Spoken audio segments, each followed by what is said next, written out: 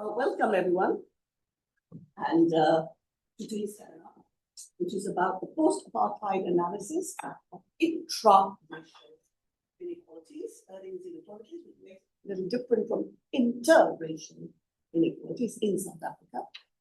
And it is hosted by the International Inequalities Institute at the LSE. My name is Naila Kabir, and I'm reading my notes. My name is Naila Kabir. I am Emeritus Professor of Gender and Development at the Department of International Development, and I also direct the Gender Justice and Wellbeing Economy Research at the International Inequalities Institute. So today's speaker is Mlondi, Mveli. I practiced this. I'm not getting it. Mdluli. That's fun. It's vowels and consonants. Yeah. He's a PhD candidate in economics at the University of Reading. And he's also a member of Parliament in South Africa, where he serves on the Parliamentary Portfolio Committee on Trade, Industry and Competition. So there will be a chance for you to ask questions following the presentation, and we will take questions both in person and online. So I will now hand over to Mlondi, and many thanks everyone, and enjoy the event. And I will speak around 55 minutes. I'll give you a 5-minute warning. Yeah, sure. Thank you. Okay. Good afternoon, everybody. As Prof has introduced me, I am Mlondi, and I am a PhD candidate at the University of Reading and the Parliament in Africa. Today, I'm presenting a presentation titled "A Post-Apartheid Analysis of Intra-Earnings Inequality in South Africa." So I'll be pretty much just zooming into the post-apartheid earnings inequality within race groups in South Africa by gender. This hasn't been done before, so it's a very, very good topic to explore. And the data set that I'll be using is a post-apartheid labor market series, which is the version 3.3.1 that was compiled by the University of Cape Town. It has data spanning from 1993 to 2017. Let me get onto it now. So these are the topics that I'll cover. I will be brief because the main part is the results section. So I will look at the motivation and the research question. Then I will go on to the literature review. Thereafter, I will go into the data and methodology before I go into the results itself, and then we'll conclude. So just a background of this presentation. I'll just begin by just giving you a description of what apartheid is, because someone might not know what apartheid is. So apartheid was a law that was brought by the undemocratically elected National Party government between 1948 to 1994.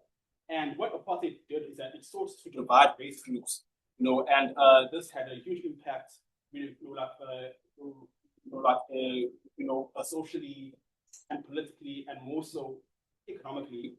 And the main law that drove these economic disparities between race groups was the Industrial Conciliation Act, which was introduced in 1924, a few years actually, so quite a number of years before apartheid came to play in 1948.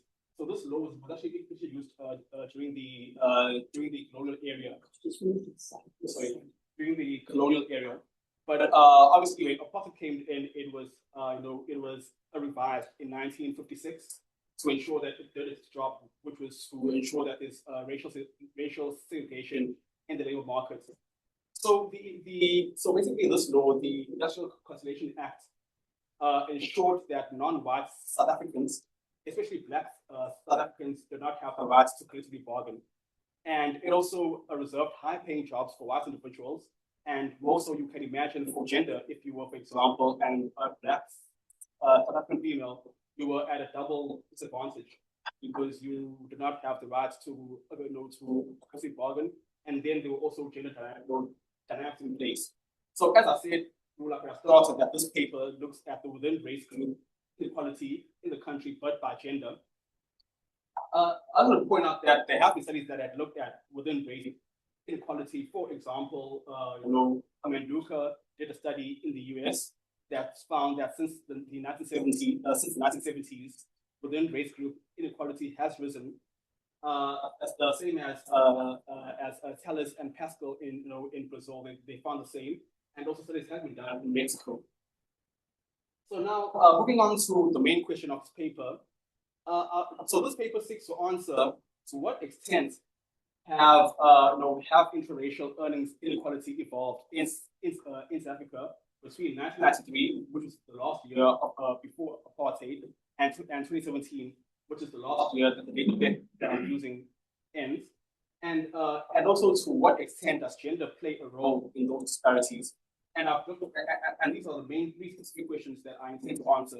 The first one being, what is the gap of between gender and within gender within each race group? The second one looks at how has the gap within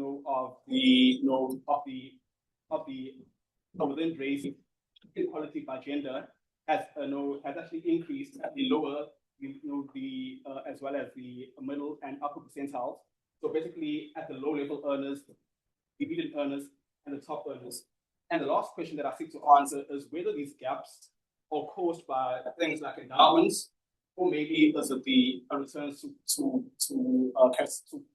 characteristics. So basically, the last question seeks to ask whether is there a difference within each race groups by gender, for example, like education, or maybe do both men and female in the different race groups have the same level of education, but maybe it's the labor market that's discriminatory. So these are the main race groups that I'll be analyzing in these years. So there are four race groups. So there are five main race groups in South Africa, which is the African Black, colored, and I know that in other countries you can't say the word colored, but in South Africa you can. And Martina there can affirm that she's my country and others as well. The word colored can be used in South Africa, and that's usually used to refer to those of mixed race. And then we have the Indian Asians and whites. So as I did say that the data set goes from 1993, the last year before apartheid ended, until 2017. Now, moving on to the theory behind my paper. So the paper is focused on two sections of theory. One is the decomposable inequality indices, and the other is the regression. So the decomposable inequality indices are divided into two groups, which is firstly the generalized entropy measures, and secondly the Gini coefficients.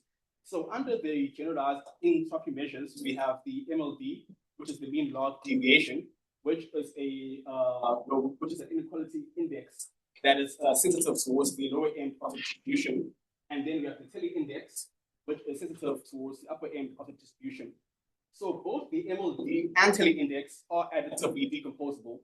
So what this means is that you have your overall inequality equals between race group plus your within race group, and that should give you a score of 100.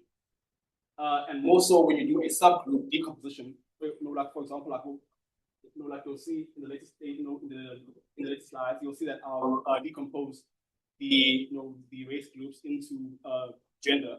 So that also gives you the same score of the 100%.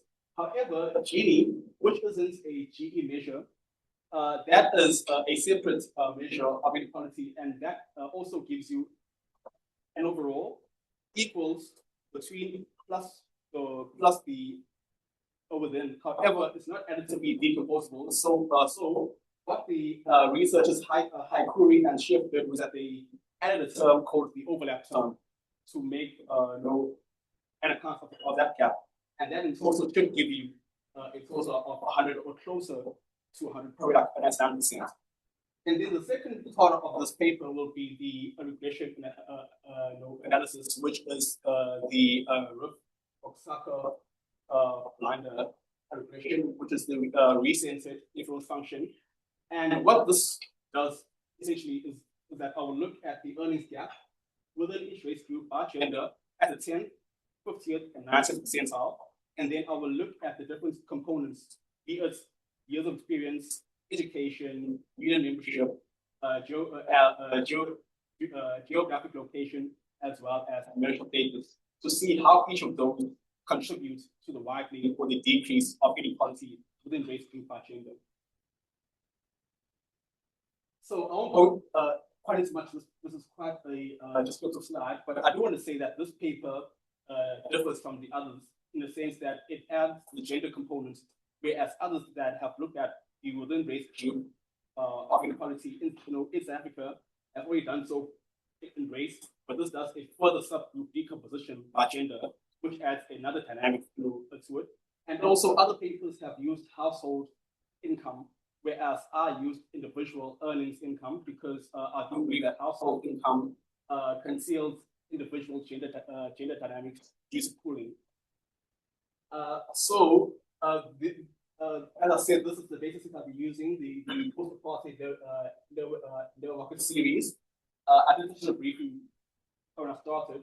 However, I don't want to make a point that all the data that I used is adjusted to person weights to ensure that it is representative of the population. And the dependent variable is the log real hourly earnings, and the controls are age squared, years of education, mental status, geographic location, and union membership. Now, moving on to the results section.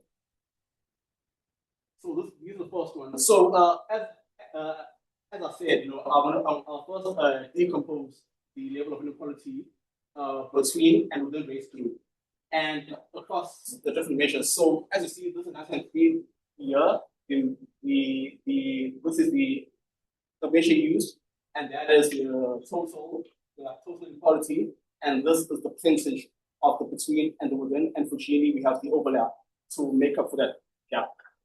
So in all years, in all 4 years, we see that that the inequality in South Africa is actually within race group and not between. So since 1993, and that has increased all the way until 2017 across all measures. So, for example, if you look at the Mlndi, for example, which is sensitive, in the lower side of the distribution. If you look at the Mveli as well, which is also sensitive at the higher part of the distribution, and the Gini, which is sensitive in the median.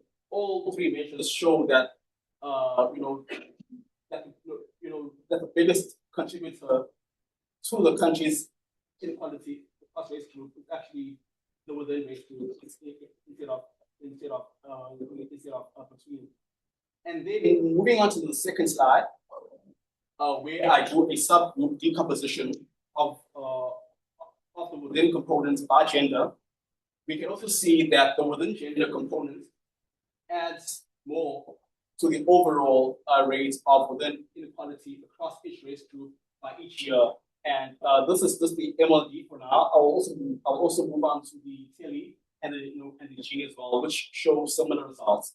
So as you can see, the within index for that three, for example, for black is 0.601, and the between is 0.12. And it increases throughout it increases and throughout the years, and the same goes for colored and for Indian and for white. And the same for the Mveli index as well, which is sensitive towards the upper end of the distribution. Also the same thing, that within gender components of the within race group actually contributes more to the within race inequality. And then lastly, the Gini also shows same of the within race that is the biggest contributor. So the within rate by gender is the biggest contributor to the within race inequality compared to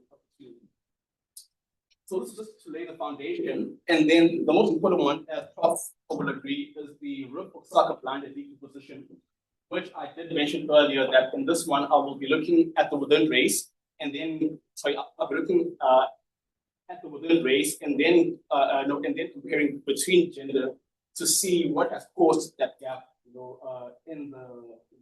in those earnings from 1993 to 2017. So this is just the formula to describe the Roof-Osaka blinded decomposition, which I want to get into. The more important part is the results. So at the 10th percentile, we see that, so this is all in a log form. So it obviously needs to be converted to percentage differences. And I did do that here on my iPad, right? But unfortunately, I didn't have that slide when I did this here. So at the 10th percentile, we can see that the total gap of African Black has increased. The total gap in earnings, has decreased, but it's still quite large. So in 1993, it was 22.5%. If you adjust this for the percentage differences, you see that the total gap was 22.5% in 1993, and then it decreased to 3.3%.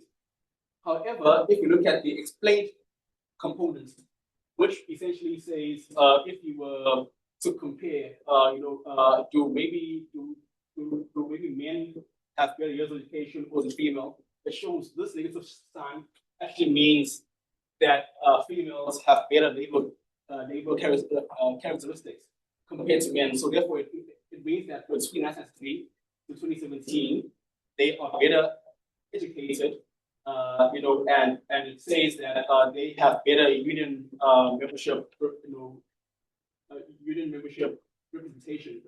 However, where things get tricky is the unexplained component, which has been the biggest contributor to the to the level of intra-earnings inequality by gender, by African Black, because this pretty much says that if we look at the components, for example, the years of education, geographic location, they are the same, but for some reason, men still earn higher than females for African Black, which is a concern.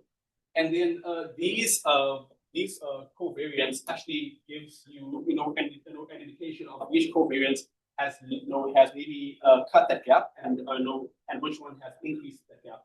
So a negative means that it has ensured that the gap has declined over time, and a positive, for example, means that has led to the gap in the earnings increasing over time. So if you look at the education, for example, it was a negative 37.9% in 1993 and negative 33.9% in 2017.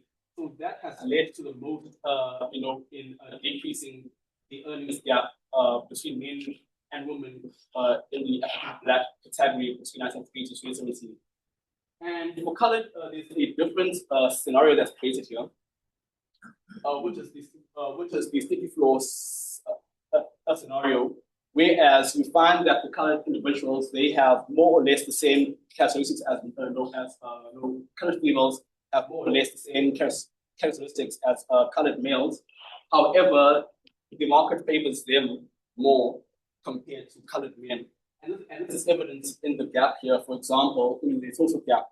If you look at the total gap, it was 74%, 75% if you adjust that for percentage differences in 1993, and in 2017 it was 19.5%.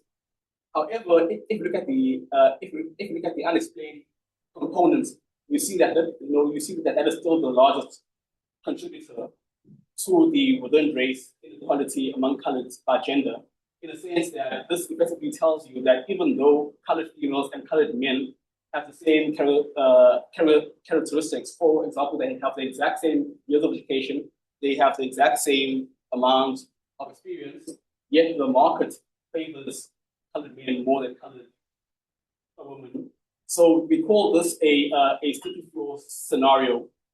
However, if you look at the Indian and white, that's where the most interesting part comes in at the 10th percentile, in a sense that it's all negative. So the total gaps have increased, the total earnings gap have decreased from 1993 to 2017 for both Indian, Asian, and white, to a point where that the women are now dominating men at the 10th percentile, which is a good thing, and it shows that there has been a change in the labor market for Indian, Asians, and white individuals at the 10th percentile. Now, moving on to the 50th percentile, I won't be long in this slide because effectively this slide just shows that for all these race groups, the African Black, colored, Indian, Asian, and white, it shows that across all of them, and like across each year, the men and the women in each race group have the same identical characteristics. However, they have differential returns, which means that the labor market still favors men across all race groups compared to females. So we can say that at the 50th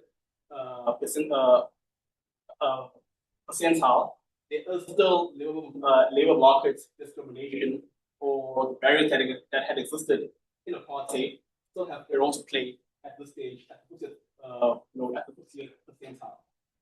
Because if you look at the unexplained, for example, the unexplained gap is still larger, in all race groups compared to the explained. It's still large, and maybe for Indian Asian it decreased, but it's still evident and it's still the largest contributor to the total gap. So at the 50th percentile, it's purely a matter of differential returns given the exact same characteristics within each race group. And the interesting one, the last one, is the 90th percentile.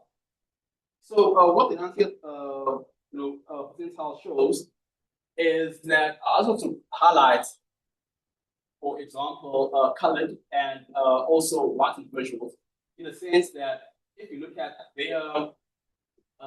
their unexplained components, it is the biggest contributor to the total gap, and the white as well. And this essentially means that, as I said, that the unexplained component means that the men and female, even though they have the exact same characteristics, the females are still at a disadvantage, and the men are favored by the markets, and that can be given to say that because of discrimination or previous barriers that had existed.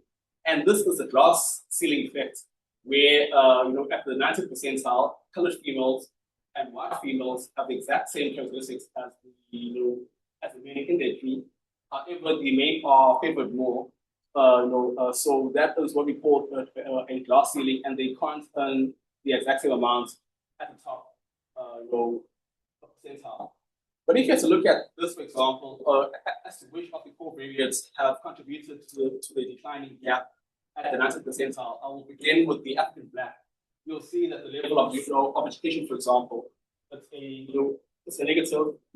Negative. So it shows that in 1963, education reduced that gap by 332.3%, and in 2017, it shows that gap by 64.8%. So it shows that the level of education does play a role in decreasing the gap. However, that wasn't the same for colored.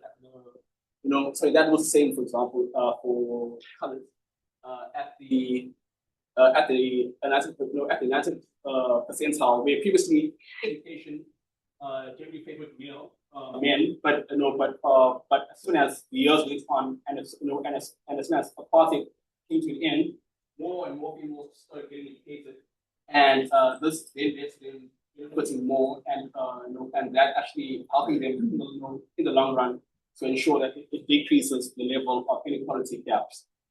And the same applies for the Indian race group as well, and the same applies for white females. So this is the last slide on the on that equation analysis, and this is just a summary slide which points out at each percentile, what were the main findings. So as I did say, in the 10th, in the 10th percentile, the colored females actually at the largest group, which the largest group of inequality, and for them it has persisted until 2017, which is the last year of analysis. And since that was given to the unexplained component, it means that despite colored men and colored females having the same characteristics, the labor market still favors colored females. Colored men more than colored females, and this is the sticky floor effect, that they are stuck in low wage earnings despite having similar or exact characteristics as men. And the same is still broadly still broadly exposed, which is the African black, but for them it has decreased significantly. Yes. That's a good question. All these people are workers with positive Yes. earnings. Right? They are workers, yeah. With positive earnings. Right. With positive earnings, right? Yes. Yeah. Okay, so why not including like facial controls? Yeah. For example, for the 18th percentile, the Spanish variance will increase for sure, and because there's a lot of sorting distribution between men and women. Yes. So that's actually what my third paper will be looking at. Okay. Sorting. So You have to wait. good thinking. I have to wait. Yeah, good thinking. Okay, thanks. Yeah. So and then the 50th percentile also shows that the racial returns dominate. It's no different from the 10th, the 50th, and the 19th, where the racial returns dominate more, whereas the men and women across all race groups have the same characteristics, but the market, for some reason, be it discrimination or structural barriers, still favor the woman. And at the 90th percentile, this is more pronounced for colored and white females, which is then called the glass ceiling effect. Whereas colored women and white women are, they are not earning as much as they should compared to men, despite them having more or less of the same characteristics, and even at times be more qualified than men. So this is just the last slide. So I just want to bring this cross-cutting finding across all the percentiles, which shows that the gap isn't really because of a skills mismatch any of sort, but rather it's with regards to differential returns. And this is where your point comes in, occupational sourcing. So I'll put that up when I was doing this, but I'll get into more detail in the third paper on that. So the conclusion, yes. So this paper, as you might have seen, are sort of with the decomposable inequality indices, which confirmed that that the within race inequality components is bigger than the between race inequality components. Then I did a subgroup analysis which found that if you look at the within race component and you decompose that by gender, within gender contributes more to the overall within race inequality across all race groups from 1993 to 2017. And then I did the percentiles, which really found that the gaps are due to labor market discrimination rather than the men and rather than the females having different characteristics to men. So yeah, this is just a summary of the core findings of the study, and I will then leave it here for now. I do have additional slides prepared in case you guys have answers, and I'll use those to reference. But I will leave it here for now. I hope that I've met my 45 minutes. Thank you. Thanks. Thank you very much. It was a very complicated set of results, and I don't think I absorbed it all, but I hope it's a message. Yes. So I want to open the floor now to questions from the audience and from the online attendees. Please submit your questions via the Q&A feature at the bottom of your screen, stating your name and affiliation where possible. So let's just take questions from the room. I think for me, just a couple of points. I was very struck by the fact that 1924 legislation is called conciliation legislation. Yes. Well, it did exactly the opposite. Yes.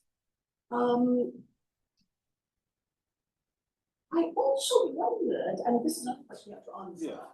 that you have certain controls for what might explain Yes. differences, and you have marital status, etc.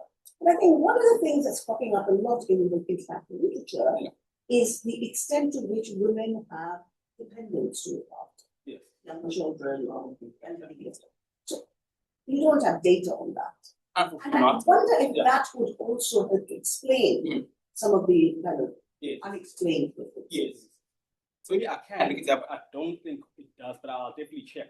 It could be, it can be captured by size of the family, ratio, number of young children eventually, some way of capturing what differentiates genders, Yes. no matter what race Yes. is on. Yes, I agree, and I think we got a glimpse into that when we looked at the status of marriage between each age group. So that gives you some sort of a sense of household, of how household dynamics play a role in the individual so just the effect on widows is yes, different. yeah, Amongst the yes. So that's interesting. yes. Anyway, let me open up to others.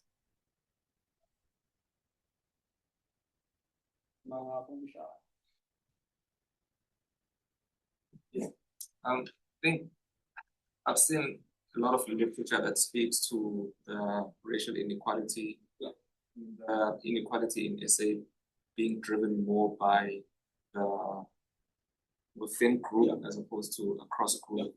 But I don't think you do it in this paper.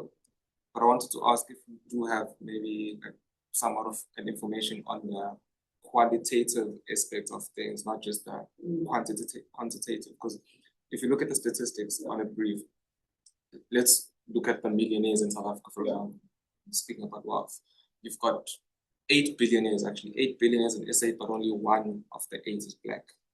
And so if we look at the numbers, yes, South Africa has obviously broader black population, but in terms of those that really are wealthy, you find that it's usually white people in the nation as opposed to black people. So I do get the fact that the within group contributes more, but from a qualitative perspective, do you have any sort of information on that? Yeah. So you mean, for example, like between race or within race? Yeah. So I'll maybe give you my first paper where I'll zoom into between race. So I did a very good thing where I did a cohort analysis of those that had worked their entire life under apartheid, and then those that worked their lives 50-50, like in apartheid and after apartheid, and then those that worked essentially just the entire lives after apartheid, out of the born free, and that should probably give you some sort of a guide to your question. Yeah, so I mean, I'll share with you if you don't mind. I have one other question, and that is, you showed us the different races, yes, right? And you showed us the gender disparities within those races. Would it be possible to use interaction terms between racial category and gender and have it all in one table, where you could see how the interactions between race and gender affected people? Yes. So that was also my first paper where I took that. So I mean, it's a lot easier. So after that, my first paper I did the cohort analysis, and that's actually what brought me. You'll see in the first slide. Actually mentioned here that actually mentioned that the first paper sort of gave me a clue that within race inequality could be raised out because so the first paper gave me some sort of a guide, and I did that. I did exactly what you were telling me, and then I incorporated those interaction terms between and then it sort of gave me an indication. I would like to see your first one. Sure. Yeah. Just following up on that question, I was wondering for the intersectional analysis, if you had looked at predicted earnings and potentially ranked earnings based on race and gender. So I guess you'd have, you have 8 groups, and then you could predict that for each of the years that you have data on, and then you can compare those. Have you? Probability sort of estimate. Yeah, and then so predicted earnings given all the controls, and then for all the groups, so you have 8 people, 8 categories of people based on their gender and race, and then for each of the years. Yeah, I think that's the biggest cool. Yeah, I'm really interested. I should maybe do your revision and then probably add that to this paper to like that I think would be a good addition to add that. It makes it very easier maybe to digest. Yeah. Sure. Were you surprised by your findings? Yes, I was. Very much was surprised, especially the regressions. You look at the example female at the 90th percentile. Maybe not at the lower end, like the lower end jobs, as I could say that the Industrial Conciliation Act made sure that low-paying jobs were for non-white South Africans. So this but we are surprised is the 90th percentile, especially for white individuals, because there's often understanding that people that are white are living, and also like we see that within group white females at that top percentile are struggling compared to their male counterparts. That was gave me a bit of a shock. Yes. Thanks for the presentation. I had a similar question about kind of the surprisingness of the findings, but more about this within versus between groups. Yes. Yeah. Because I was wondering, what should I expect as someone not in the literature? Should I expect that these two are equal? Because in a sense, I was trying to puzzle through that, like, the within group category is sort of a residual of everything else. Yeah. So should we expect that that is bigger? And I know that the literature that you mentioned about international comparisons, Yes. like, says, if I recall, that Yeah. in some other countries, the within inequalities also dominate. Yeah. But is there a comparison about benchmarking how much? Like, is there a difference in Yeah. the degree? Yeah, there is. Yeah, there is. So basically, they use the same, the mean log deviation and Tilly as well. I think Gini, some use the Gini as well, but Gini wasn't used mostly before because Gini was not relatively decomposable. So you wouldn't get a 100% score if you decomposed overall inequality and said between plus within. It wouldn't give you a score of 100. So people were very reluctant until later when the study came that you can add another term called the overlap term, so that should give you a score of 100 or closer to 100. So, but I mean, most did use the mean log and the Tilly to do that, and that's what they did. And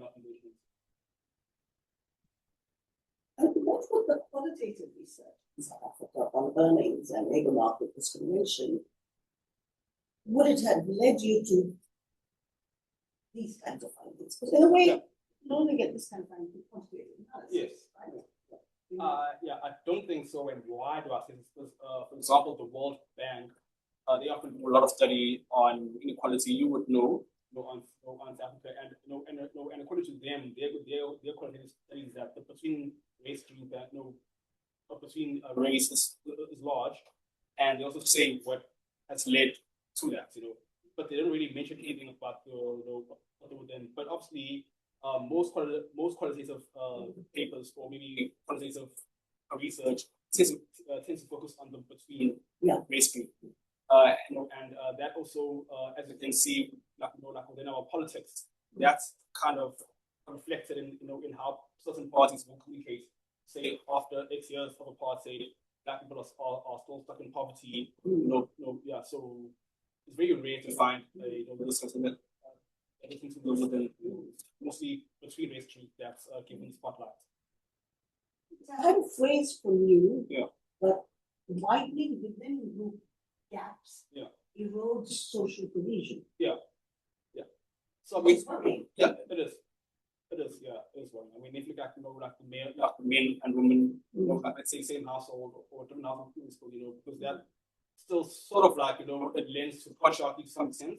That those barriers are still there, and it's very concerning because that shows that in most cases, throughout the years, that men and female in all race groups have the same characteristics. They are all equally as educated.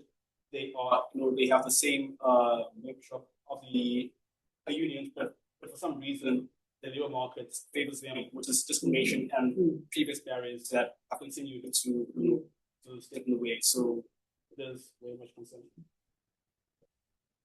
Super interesting. Thank you, Mlondi. I'm curious about whether you see the immediate impact of this in more like a practical way. I'd love to know what you think. Yeah, so I hope that it will guide our policy discussion because, as you know, I'm a member of Parliament and I serve with the political and trade industry, which is primarily tasked with looking into transformation into the country, be it race, gender, or so I hope that when this officially comes out, this hasn't been published. So I do hope to share it, with our colleagues and with the government officials to ensure that it sparks that debate on how we can change our policies. Because we have a policy called Black Economic Empowerment, and that hasn't worked. It's been in place for like almost 3 decades now, and it hasn't yielded the outcomes that we have intended. So obviously we need to do something about it, and the policies that we have haven't been doing the job that it's intended to do. So I'll just spot that. Also commented in I think that just like last point, the BEE point, it's a very contentious issue. Depending on how you view it, some would say that it has had some progress, yes, not to the degree that it was intended, but there has been some progress, so it's a very contentious issue. But just to tie into the practical component that she was asking about, also to bring in the policy aspect that you spoke about. So I'm doing a paper that looks at exactly something similar, where I was looking at a minimum wage. Pardon? Where? Yeah, in South Africa. The paper is also looking at the South African data, but I'm obviously based here at LSE. So my paper is looking at the impact of the minimum wage in terms of reducing the gender wage disparity. And my findings are not, so it does reduce the minimum wage, but the findings are not statistically significant because of the post-policy compositional issue. So when you introduce a minimum wage policy, what then tends to happen is that those that are earning at the lower end of the tail, sort of their jobs unretained. And so post the policy, you find that the people that are there are those that are already earning higher. And so just to add to what you were saying, that I'm looking at policy implication of how we can sort of combat this scourging issue that seems to be arising.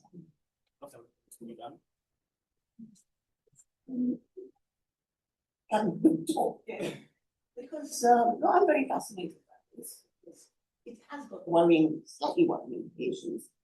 And it seems to me that you would rely on a data set that has already been collected. Yes. Right? Yeah. And exists over a number of years. Yeah. So you are confined to the variables that are in that data set. Yes. Right? But now that you've got what you've got, I would be very, very interested in understanding in much more detail, using quantitative data, what it is that explains the gender gap within these racial groups. Which means getting kind of set of hypotheses together, including care, unpaid care burdens, including measurable forms of discrimination, whatever. But if you leave it at this, it's very frustrating. All you have is about 6 or 7 or 8 variables, right? And they don't explain everything. Large. So you don't have to do it all over South Africa, but if you could just pick up one and start to ask, drawing from the literature, what are the other things that explain this gender gap? Because if you want to have policy that addresses this, you need to know what's driving the gap. And at the moment, I'm not sure that you know. Yeah, so unfortunately, the data set is very limited. Yeah. So if maybe they can advise us to add more variables, and they'll obviously be. They're not going to be able to do that for another. Yeah, unfortunately. I mean, so that's the started in 1993 until 2017. So maybe I'll have to look at maybe another study of some sort of if we can maybe. You can commission it. Yeah.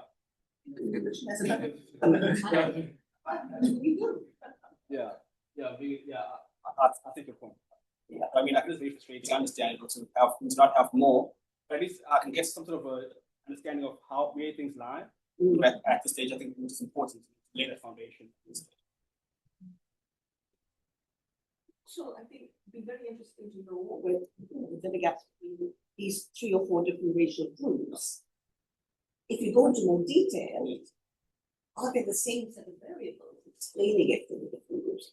Are white women constrained in the labor market by the same factors as African women? I don't know. Didn't think so, but it would be useful. Anyway, go ahead. Thank you, super interesting.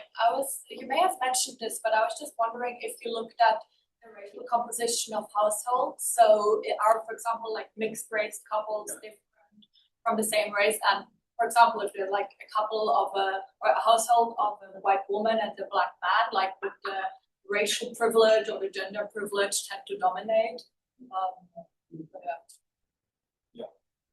Yeah, I mean, that could be interesting to look at, but I don't have it in this case. But it would be interesting to, but obviously I'm very constrained to my data set that I'm using as well, So. I think it's still, it's still a very important set of findings. It's just now we're hungry to know more. So with the work that has already been done, because I think you've done most of the quantitative work, can you sort of do a separation into provincial? You can. So there was a provincial variable in the data set. So yes. Industry one. Yeah, there was an industry one. That's how we do the sourcing as well. The provincial sourcing and the